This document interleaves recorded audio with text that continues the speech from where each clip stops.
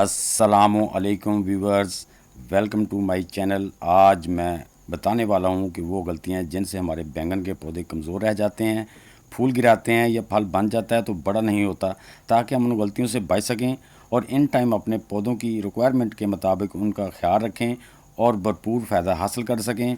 तो दोस्तों, वीडियो को एंड तक देखिए ताकि आप मुकम्मल मालूमात हासिल कर सकें। नए दोस्त मेरे चैनल को लाइक, सब्सक्राइब और बेल के बटन को दबा दें ताकि हर नई वीडियो की इतला आप तक पहुंच सके। प्रोसेस शुरू करते हैं। बिस्मिल्लाहिर्रहमानिर्रहीम। दोस्तों, आप बैंगन की पनीरी या कोई भी पनीरी बिल्कुल सादा मिट्टी, जो बालू मिट्टी है उसमें, नर्सरी वाली मिट्टी में आप उगा सकते हैं, लेकिन ट्रांसप्लांटिंग से पहले नंबर पे गमला 1.5 फुट से या 2 फुट का होना चाहिए। बैंगन का पौधा बड़ा होने के साथ साथ ये पूरा साल फल देने वाला है, तो इसलिए इसका गमला भी बड़ा होना चाहिए। दूसरे नंबर पे आपकी मिट्टी जो है फर्टिलाइज होनी चाहिए पूरी। गार्डन सोयल 60% और 40% कोई भी ऑर्गेनिक गली हुई खाद इसमें मिला सकते हैं और ट्रांसप्लांट कर दें। और पौधों को पानी हमेशा एक मुनासिब मिकदार में देना है। ओवर वाटरिंग से हमारे पौधे अक्सर ख़राब हो जाते हैं। तो उसके बाद जब पौधा 6-7 पत्तियाँ निकाल ले तो उसको हर हफ्ते 15 दिन के बाद ऑर्गेनिक खाद 1 मुट्ठी दे दिया करें। खाद देने से पहले मिट्टी को ढीला यानी गोडी करके खाद को इसमें अच्छी तरह मिक्स कर दें। उससे आपके गमले का पानी भी बाहर नहीं जाएगा और खाद मिट्टी में मिक्स होने के बाद आपके पौधों के जो फीडर रूट हैं उनकी अप्रोच में चली जाएगी। वो उससे आराम से उसमें से अपने न्यूट्रन ले सकेंगे। गमले की मिट्टी में खाद मिक्स करने के बाद उसको मौसम की मुनासबत से बड़ा ही कंट्रोल पानी देना है आपने। उसकी वाटरिंग जो है ना बड़े कंट्रोल तरीके से करनी है ताकि आपके पौधों के रूट को कोई नुकसान ना पहुंचे। तो दूसरा ये कि आपने अपने पौधे को हर हफ्ते ऑर्गेनिक स्प्रे कर देनी है। वो मैं आपको वीडियो के एंड पे लिंक दे दूंगा, जो ऑर्गेनिक स्प्रे तैयार करते हैं उसके। तो वो आपके पौधे को बीमारी हो ना हो, आपने हर हफ्ते स्प्रे करनी है ताकि आपका पौधा तमाम बीमारियों से महफूज रहे और अच्छी ग्रोथ करता रहे। जिन दोस्तों के पास ऑर्गेनिक खाद या ऑर्गेनिक स्प्रे ना हो, वो केमिकली खाद और स्प्रे भी इस्तेमाल कर सकते हैं।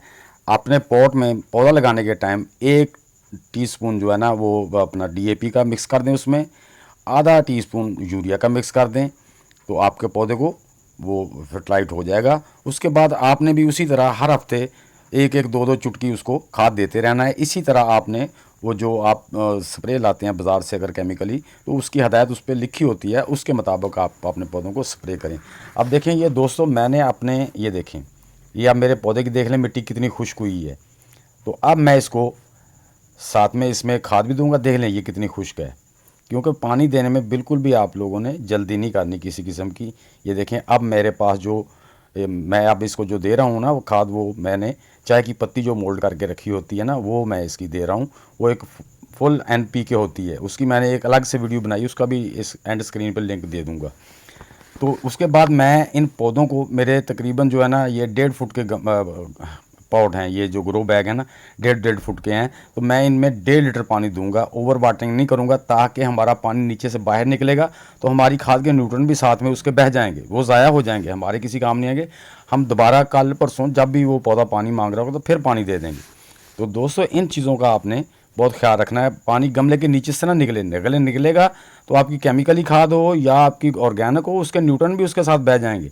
तो इन चीज़ों का आपने बहुत ध्यान रखना है। तो उसके बाद इंशाल्लाह आपके पौधे जो है ना वो हेल्दी ग्रीनिश होंगे और आपके पौधों पे जो फूल लगेंगे वो भी नहीं गिरेंगे और उनमें इंशाल्लाह फुल फ्रूट बनेगा और फ्रूट भी बड़े साइज़ का बनेगा।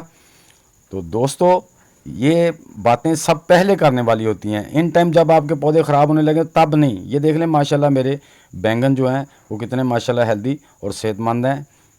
तो इन चीज़ों सब बातों का ख्याल रखते हुए आप गार्डनिंग करें तो आपको कोई परेशानी नहीं होगी। ये सारी चीज़ें इन टाइम करनी चाहिए। वक्त के बाद जो करनी है उसका अब फ़ायदा नहीं हासिल होता, उसका अच्छा आपको फ़ायदा नहीं मिलेगा, अच्छा रिज़ल्ट नहीं आएगा।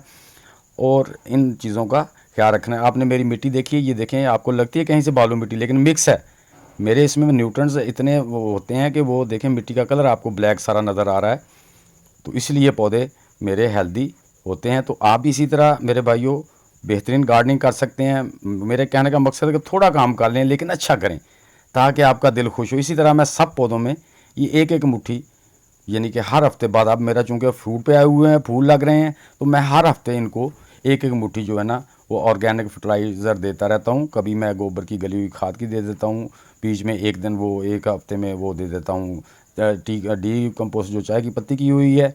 और मेरे पास कुछ ऑर्गेनिक जो मैंने किचन वेजिटेबल वेस्ट जो डीकम्पोज की हुई है वो भी है, कभी मैं वो देता हूँ, सब मिक्स करके देता रहता हूँ।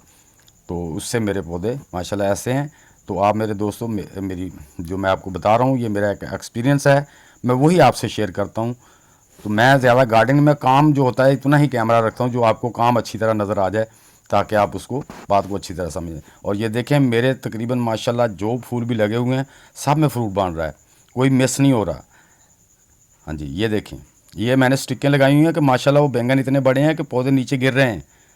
तो मैंने स्टिकों के सहारे उनको लगा दिए ताकि वो पौधा जो मेरा स्टेबल रहे। दोस्तों, जब पौधे की ग्रोथ और उसके फ्रूट का वक्त गुजर जाए, उस पर कीड़ों का हमला ज़्यादा हो जाए, तो तब जाके काम उस पर उसका तदारक करने का इतना फ़ायदा नहीं हासिल होता। उसका हर काम जो है ना इन टाइम करें, ताकि आप बेहतरीन अपनी गार्डनिंग करके अपने पौधे सेहतमंद, तवाना और अच्छा फ्रूट ले सकें। हमारे बुज़ुर्गों की कुछ मिसालें हैं, जैसे कि मैं आपको बता देता हूँ। आई बूए दे जंज दे बिनो कुड़ी दे कन, अब क्या पूछना जब चुग चिड़ियाँ खेत। तो दोस्तों, काम वही है जो वक्त से पहले हर चीज़ को कर लिया जाए, वही जो फ़ायदेमंद होता है। लेट करने से उसका कोई फ़ायदा हासिल नहीं होता।